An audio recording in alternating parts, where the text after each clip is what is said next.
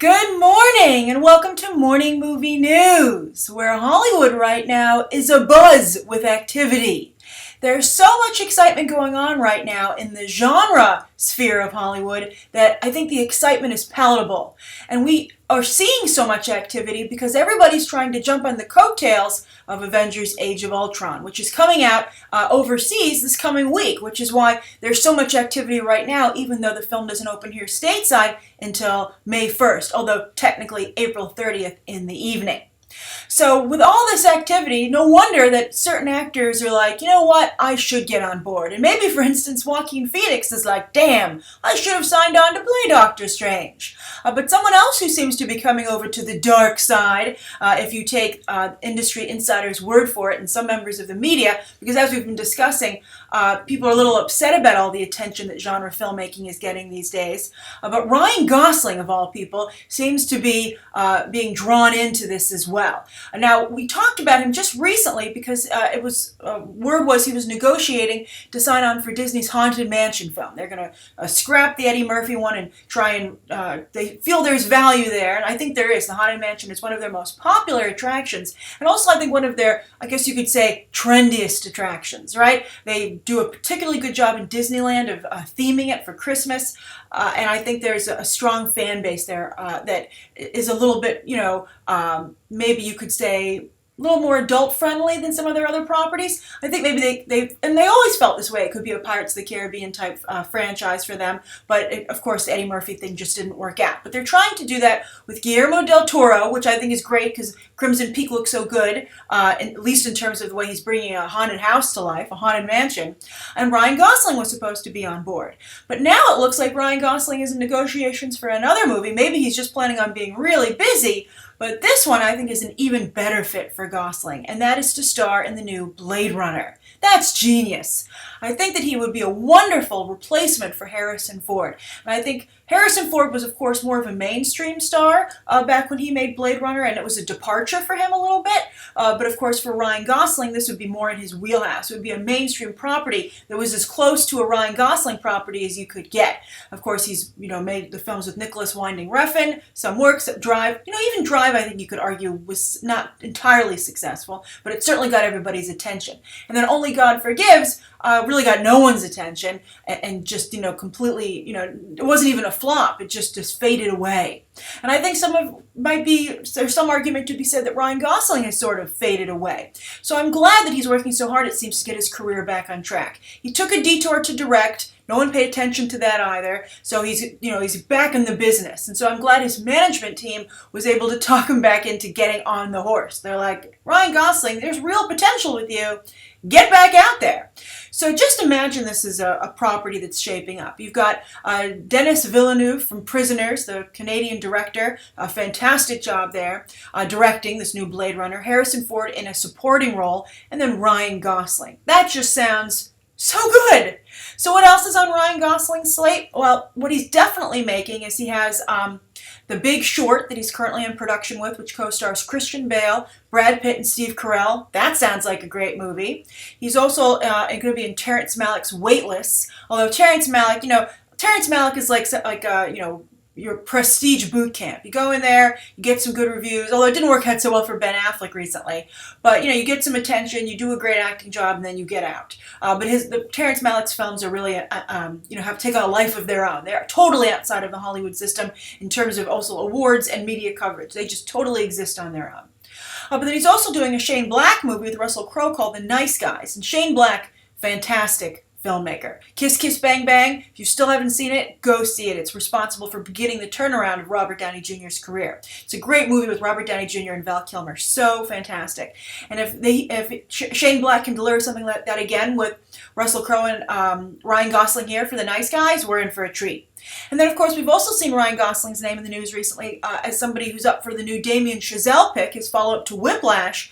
But this one I'm not as excited about because I had such a bad... Emma Stone and Ryan Gosling have already teamed up twice. They did so in Crazy Stupid Love. I think they did a nice job there.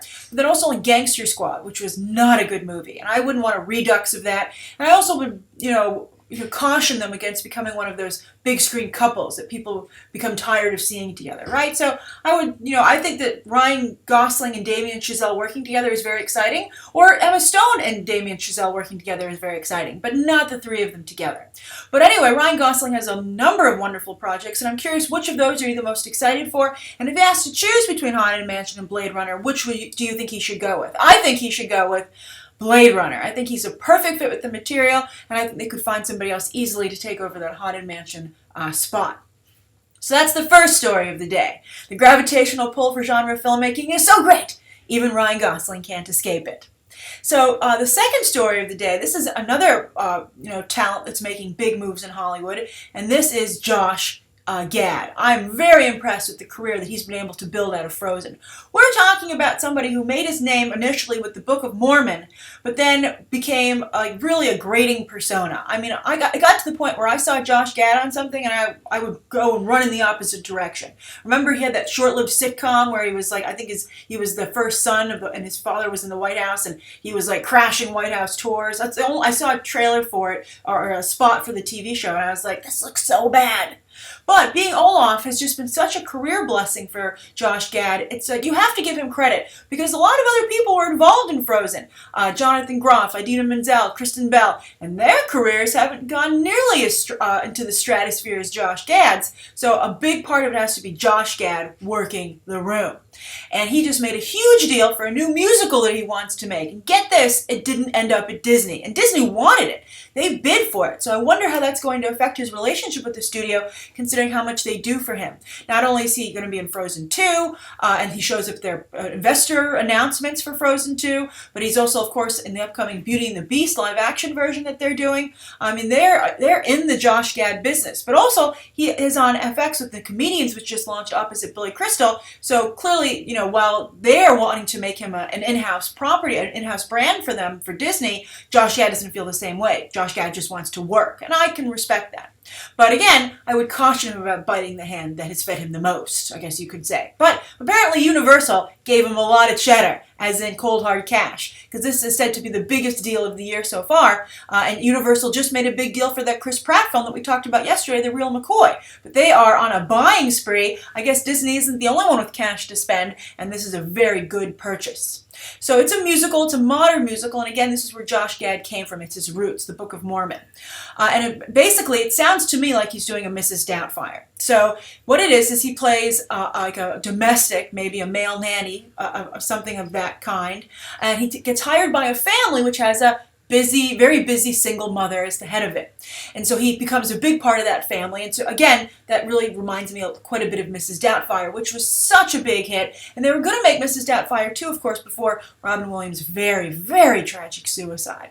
And the reason they were going to make Mrs. Doubtfire too is because it's still rented all the time. It's still a very popular movie. And so I think that maybe perhaps they see that this is the best way to capitalize on that, because Robin Williams can't be a part of the picture anymore. But it gets better. It's not just a Josh Gad musical. It has the people attached to it are quite impressive. And that's the musical team, which, by the way, are also usually over at the House of Mouse. You've got Alan Menken doing the music, and the lyrics are going to be by Stephen Schwartz, who did Pocahontas and Hunchback of Notre Dame, of course, for Disney. So they're going to be in on this. So this must be this must hurt Disney that they're not going to be releasing this musical. And then as far as the director goes, this is the one iffy part of the project, but I think the rest of it's so solid that if Jeremy Garlick, who of course worked with Josh Gad on The Wedding Ringer, wants to direct, or Josh Gad wants him to direct, I guess it's okay. We'll see if that decision comes back to, haunt them. Because I think that you have to make strong artistic choices, which we're going to actually discuss as part of the viewer question today. You can't let any part go. You can't just, say, oh, that'll take care of itself, or that's not as important, or the other stuff's so good that it'll make up for any, deficiencies there. Why not have a strong team across the board, right? With all due respect to Jeremy Garlick, I don't think he's anywhere as strong as the rest of the people in this package. Perhaps he came up with the idea partially, so then if that is the case, it would be unfair to cut him loose.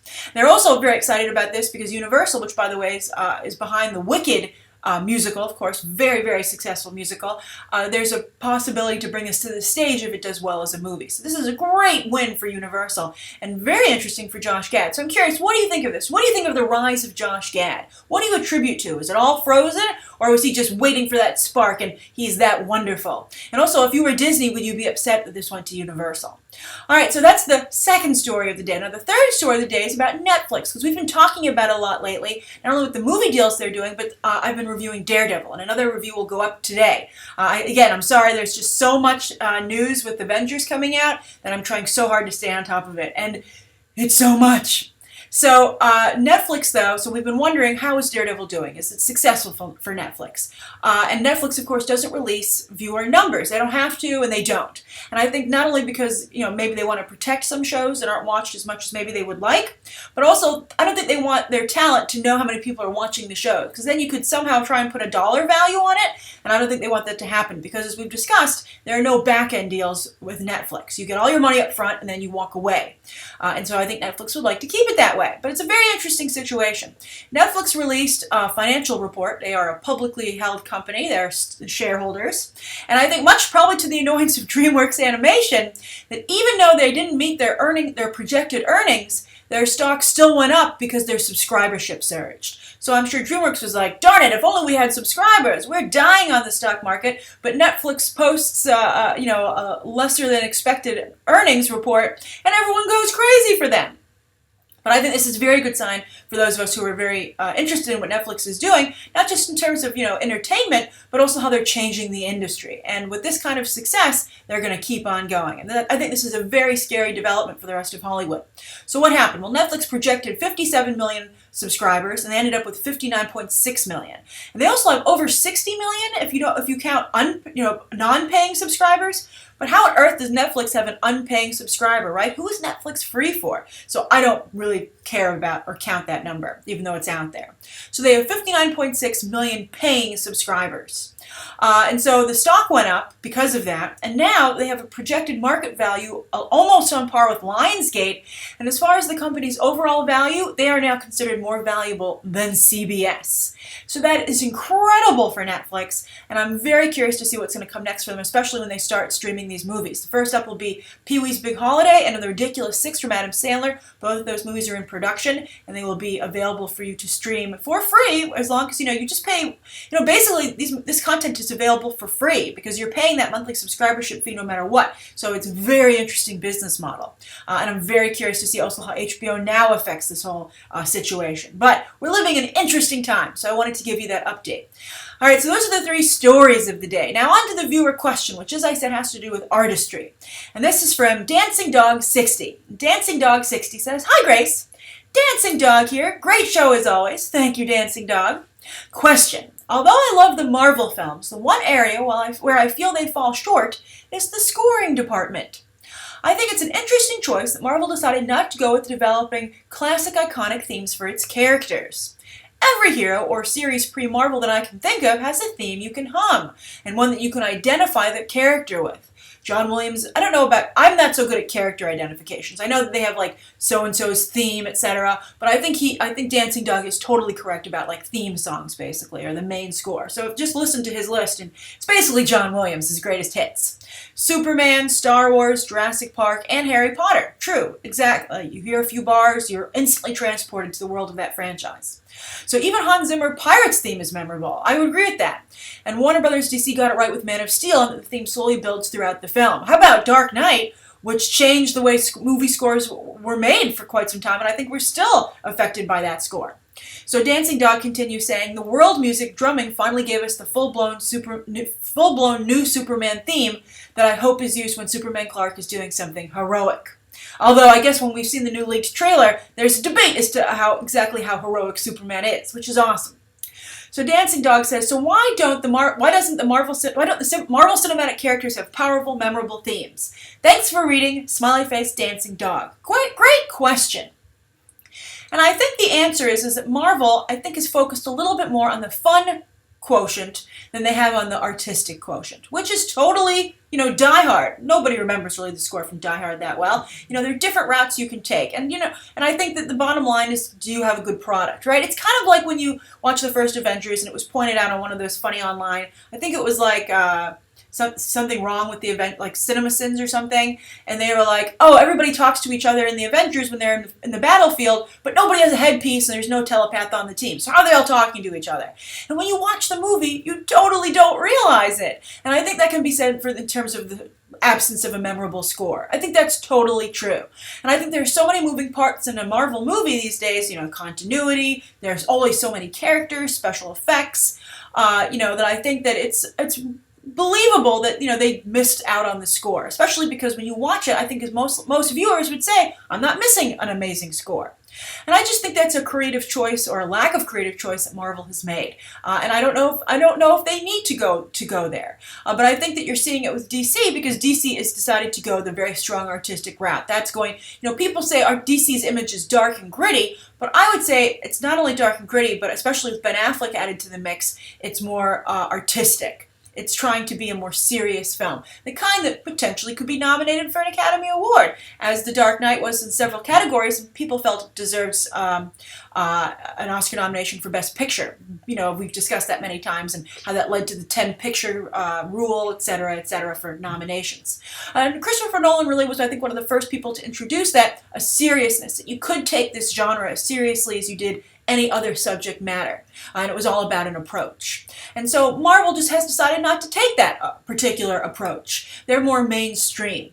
And I also, I think they have so many characters, it might be difficult, how would you meld the themes together, right? But I do think it would be nice if the Avengers had some kind of just overall theme that as soon as you heard it, you were like, the Avengers. And I don't think that you have that. And I think that the Man of Steel music is pretty memorable, but I wouldn't put it on par with the other things that Dancing Dog mentioned here, such as Jurassic Park, Superman, Star Wars, and Harry Potter. Those are incredibly memorable.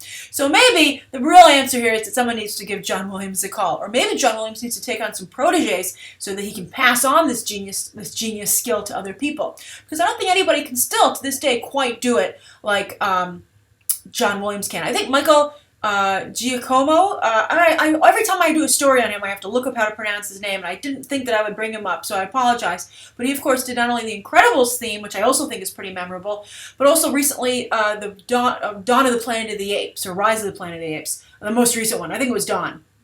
And that's what happens when you have very similar titles.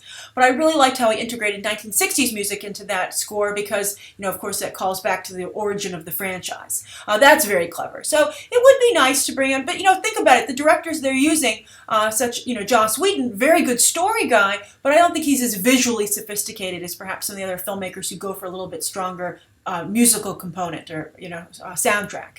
So maybe the Russo brothers will fix this, although Winter Soldier, while a little bit more serious, a little bit more prestige, I guess, in its approach, still wasn't big on the soundtrack. Although I have to say, actually, that's not true. One of my favorite things and one of my favorite shots of the Winter Soldier is when the Winter Soldier, Bucky, is walking across the overpass and getting his gun to take on, Steve and Natasha, who are on the run down below, and the music is surging. That was excellent. So perhaps as the Russo brothers take over for Joss Whedon, they will add more music to the mix. And of course, James Gunn used it quite effectively, but he didn't have a score. He had a soundtrack with various 70s, 80s music, which I think, of course, also was very effective. So I guess it's the director in charge, and Whedon just isn't a musical kind of guy, and neither was really Jon Favreau. He used heavy metal a lot in his Iron Man films.